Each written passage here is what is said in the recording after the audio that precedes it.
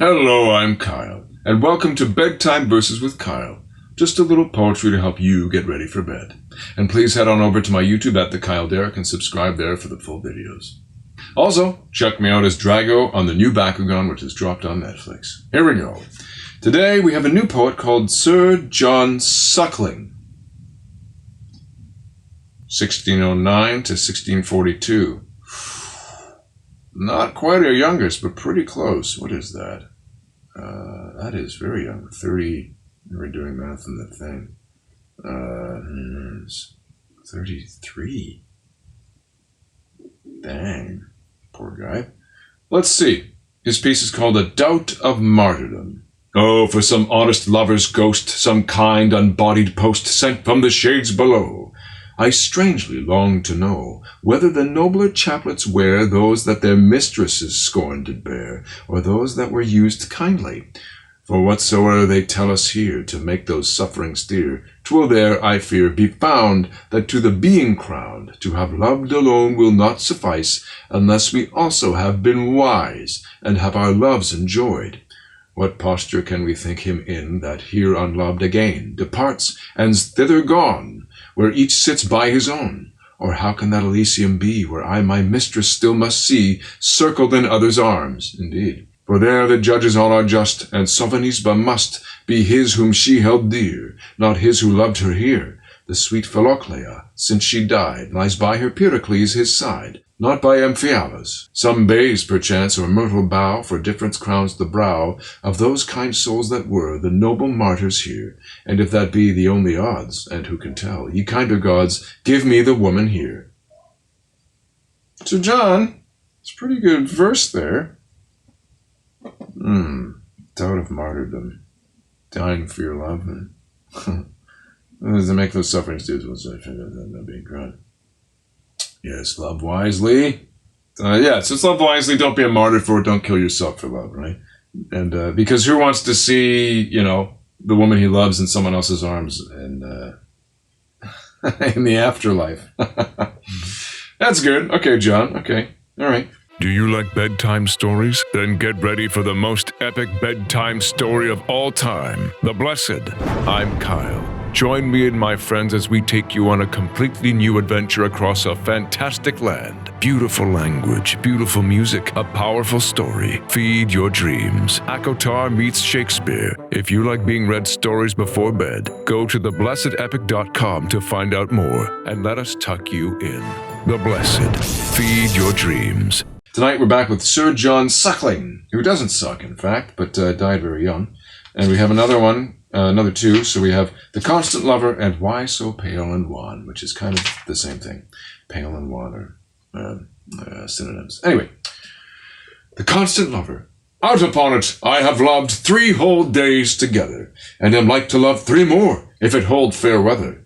Time shall moult away his wings ere he shall discover in the whole wide world again such a constant lover.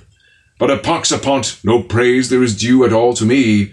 Love with me had made no stay, had it been any but she, and that very, very face, there had been at least ere this a dozen in her place. All right, there you go. He's like, I've loved her for 3 days. I'm a hero. Amazing. And now, why so pale and wan? Why so pale and wan, fond lover? Prithee, why so pale? Will, when looking well, can't move her, looking ill prevail? Prithee, why so pale? Why so dull and mute, young sinner? Prithee, why so mute? Will, when speaking well, can't win her, sang nothing, do't? Prithee, why so mute? Quit, for shame, this will not move, this cannot take her. If of herself she will not love, nothing can make her, the devil take her. There we go. So it's some guy who's getting rejected all the time. He's like, well, she can't come around. F her. Great. Exactly. Great advice. So wise for one so young. Sir John Suckling lived so much and died so fast. Buy my book. You can get it on Amazon. Follow the signs. Okay. New poet tonight, Sidney Godolphin. Oh, wait a minute. 1610 to 1643. He is just as young. 33, 32 maybe? Wow. Sir John and Sidney. Young fellas. Okay. So this is called Wise Men and Shepherds, Sidney Godolphin. Lord, when the wise men came from far, led to thy cradle by a star, then did the shepherds too rejoice, instructed by thy angel's voice. Blessed were the wise men in their skill, and shepherds in their harmless will. Wise men, in tracing nature's laws, ascend into the highest cause. Shepherds, with humble fearfulness, walk safely, though their light be less. Though wise men better know the way, it seems no honest heart can stray.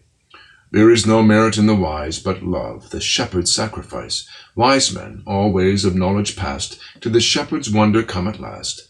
To know can only wonder breed, and not to know is wonder's seed. A wise man at the altar bows, and offers up his studied vows, and is received.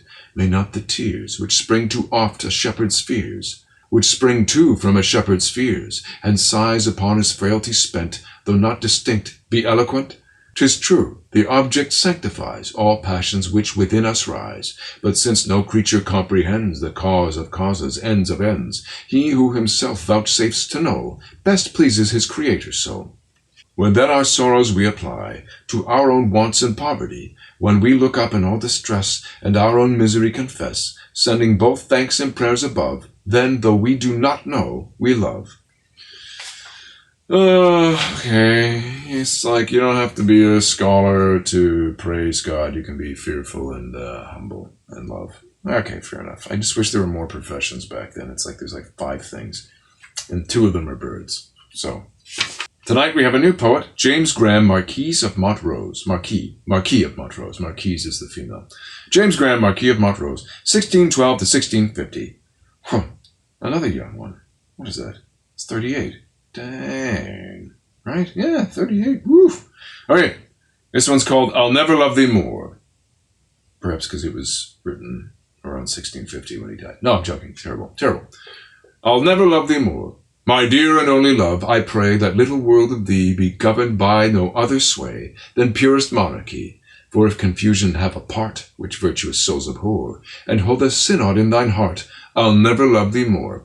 Like Alexander I will reign, and I will reign alone. My thoughts did evermore disdain a rival on my throne. He either fears his fate too much, or his deserts are small, that dares not put it to the touch, to gain or lose it all. I like this. And in the empire of thine heart, where I should solely be, if others do pretend a part, or dare to vie with me, or if committees thou erect, and go on such a score, I'll laugh and sing at thy neglect, and never love thee more. But if thou wilt prove faithful then, and constant of thy word, I'll make thee glorious by my pen, and famous by my sword. I'll serve thee in such noble ways, was never heard before. I'll crown and deck thee all with bays, and love thee more and more. This is good. See, this is a wonderful, perfect rhyme scheme, great rhythm. It demands a certain way. My dear and only love, I pray, that little world of thee be governed by no other sway than purest monarchy. Like it, boom, boom, boom, boom, boom, boom, boom, boom, boom, boom. It's just, yeah, that's wonderful. And he's saying, hey, if you have debates, sweetheart, like Alexander, I'm going to just rule the world alone. But if you come on board with me and you don't have any of these games, like, oh, maybe he's whatever, then you'll find no one better. So I'll make you famous with my pen and my sword. That's nice. I bet she came around. Okay, we have one more. Epitaph on Charles I, who was murdered by the mob, beheaded. In 1640. Okay, it's short. Great, good, and just, could I but rate my grief to thy too rigid fate, I'd weep the world in such a strain, as it would once deluge again. But since thy loud-tongued blood demands supplies more from Briareus' hands than Argus' eyes, I'll tune thy elegies to trumpet sounds, and write thy epitaph in blood and wounds. Yeah, Briareus was 100-armed monster, whereas Argus was 100-eyed monster. So, rather than watch, he demands action. And action came, although there was an interregnum. Make me Batman. Hello, I'm Kyle Derrick, and I want you to make me Batman. But it's better to show than to tell, so here's my audition. It doesn't mean I don't care. I don't want to let you down, honest, but it just doesn't hurt so bad anymore. You can understand that, can't you? Look, I can give money to the city. They can hire more cops. Let someone else take the risk. It's different now.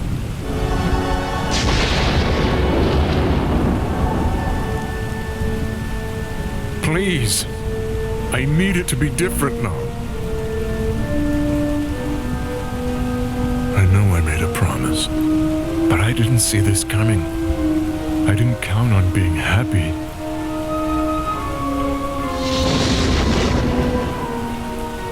Please, tell me that it's okay. So, spread the word and make me Batman. Subscribe, like, and share. And if there are any lines you'd like to hear me do in the voice of Batman, comment below. I'll be watching from the shadows. Tonight we're back with Flip to Friday. Flip to Friday. Flip to Friday. In the style of Highlander. No. Flip to Friday. So let's see. Let's go early. Richard, Duke of York. No, we've done enough of that, these histories. Titus Andronicus. Now there's a play. There is a play. Where are we? Bloody Saturninus. What should we do? Isn't there an awesome speech around the beginning here? Titus Andronicus. Yes, here it is. Have I done this? Who knows? Whatever. If I have, I'll do it again. It's Titus on his return from kicking some ace. Hail Rome, victorious in thy morning weeds. Lo, as the bark that hath discharged his freight returns with precious lading to the bay, from whence at first she weighed her anchorage, cometh Andronicus bound with laurel bows, to resalute his country with his tears, tears of true joy for his return to Rome. Thou great defender of this capital, stand gracious to the rights that we intend. Romans, of 25 valiant sons, half of the number that King Priam had, behold the poor remains, alive and dead. These that survive let Rome reward with love. These that I bring unto their latest home, with burial amongst their ancestors. Here Goths have given me leave to sheath my sword. Titus unkind, and careless of thine own, why sufferest thou thy sons unburied yet to hover on the dreadful shore of Styx? Make way! Let them buy their brethren. They open the tomb. There greet in silence as the dead are wont, and sleep in peace, slain in your country's wars. O sacred receptacle of my joys, sweet cell of virtue and nobility, how many sons hast thou of mine in store, that thou wilt never render to me more? Then Lucius, give us the proudest prisoner of the Goths, that we may hew his limbs, and on a pile at Manis Fratrum sacrifice his flesh before this earthly prison of their bones, that so the shadows be not unappeased, nor we disturbed with prodigies on earth. I give him you, the noblest that survives, the eldest son of this distressed queen. Then Tamara kneels. Here's the Goth queen. Stay, Roman brethren! Gracious conqueror, victorious Titus, rue the tears I shed, a mother's tears in passion for her son. And if thy sons were ever dear to thee, think my son to be as dear to me. Sufficeth not that we are brought to Rome to beautify thy triumphs, and return captive to thee and to thy Roman yoke, but must my sons be slaughtered in the streets for valiant doings in their country's cause? Oh, if to fight for king and commonweal were piety in thine, it is in these. Andronicus, stain not thy tomb with blood. Wilt thou draw near the nature of the gods? Draw near them then in being merciful. Sweet mercy and nobility's true badge. Thrice noble Titus, spare my firstborn son. Now, Titus, patient yourself, madam, and pardon me. These are their brethren, whom your Goths beheld alive and dead, and for their brethren slain, religiously, they ask a sacrifice. To this your son is marked, and die he must, to appease their groaning shadows that are gone. Away with him, says Lucius, and make a fire straight, and with our swords upon a pile of wood, let's hew his limbs till they be clean consumed. Off they go, to kill the son of Tamara, whereat she rages and vows revenge, and gets it. We'll read more from this another day. I think I did Aaron once. Yeah, it's a great speech. Thanks again for joining me for Bedtime Verses with Kyle. You can follow me here, and please subscribe to my YouTube, and there'll be new readings every weekday night at 11 p.m. Eastern Standard Time. Good night. Sleep tight.